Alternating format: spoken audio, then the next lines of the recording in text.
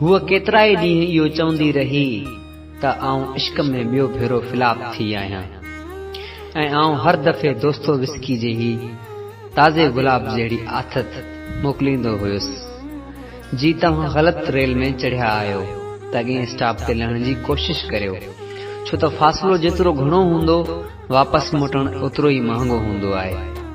उहो केतिरा ई ॾींहं गुड मॉर्निंग सां गॾु मूंखे अल्बर्ट काम्यू जो ही कॉल मोकिलींदी रही।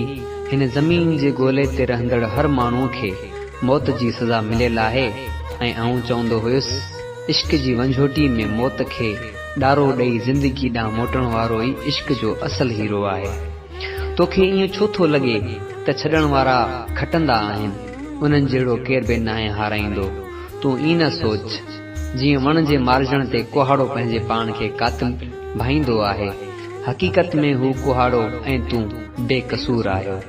कसूर त उन्हनि हथनि जो आहे जिन में तव्हां हुआ। तो जहिड़नि ॿ अधु थियल औरतुनि लाइ इमली ब्रांटी लिखियो हो, जेका औरत आख़िरी क़दम खणण बाबति बाक़ाइदा मनसूबो ठाहे सघे थी, उहा चाहे त पंहिंजे उन ख़्याल ते बेकाबू पाए सघे थी। उनखे ई 6 साल आहे।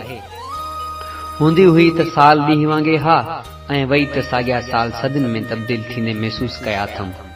वक़्त ते कावड़ करण जो हिकिड़ो कारण ही बि आहे त मुंहिंजे दिल जी हालत मिसिंग पर्सन जी माउ जहिड़ी आहे। कांजीराम सावरिया।